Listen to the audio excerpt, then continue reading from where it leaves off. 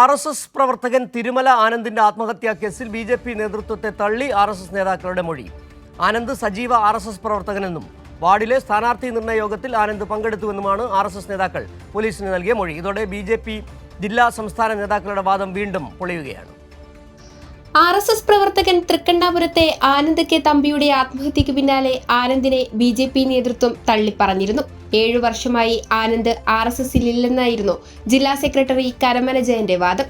ആനന്ദ് ബിജെപിക്കാരനെയല്ലെന്നാണ് സംസ്ഥാന general secretary S Suresh പറഞ്ഞത്. മരണത്തിൽ കൃത്യമായ മറുപടി നൽകാൻ സംസ്ഥാന അധ്യക്ഷൻ രാജീവ് ചന്ദ്രശേഖരനും കഴിഞ്ഞിരുന്നില്ല. എന്നാൽ ഈ വാദങ്ങളൊക്കെയും തന്നെ പൊളിക്കുന്ന ആനന്ദ് സംഘപരിവാർ പരിപാടിയിൽ പങ്കെടുക്കുന്ന ചില ദൃശ്യങ്ങൾ പുറത്തു വന്നിട്ടും നേതൃത്വം ആനന്ദിനെ അംഗീകരിച്ചിരുന്നില്ല. ഇത് ഒരു വിഭാഗം നേതാക്കളിൽ കടുത്ത അതൃപ്തിയും ഉണ്ടാക്കിയിരുന്നു.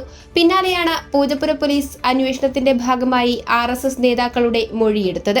ആനന്ദ് സജീവ ആർഎസ്എസ് പ്രവർത്തകനെന്നും വാർഡിലെ സ്ഥാനാർത്ഥി നിർണയ യോഗത്തിൽ ആനന്ദ് പങ്കെടുത്തുവെന്നുമാണ് ആർഎസ്എസ് നേതാക്കൾ പോലീസിന് നൽകിയ മൊഴി. തൃക്കണ്ണാപുരം വാർഡിലെയും മണ്ഡലത്തിലെയും നേതാക്കളുടെ മൊഴിയാണ് പോലീസ് രേഖപ്പെടുത്തിയത്. ആനന്ദിനെ യോഗത്തിലേക്ക് വിളിച്ചത് ആർഎസ്എസ് നഗർ കാര്യവാഹ് രാജേഷാണെന്നും മൊഴിയിലുണ്ട്. അതേസമയം ആനന്ദിന്റെ ആത്മഹത്യാ സന്ദേശത്തിൽ രേഖപ്പെടുത്തിയ 4 പ്രാദേശിക നേതാക്കളിൽ ഒരാളാണ് ആർഎസ്എസ് നഗർ കാര്യവാഹ് രാജേഷ്.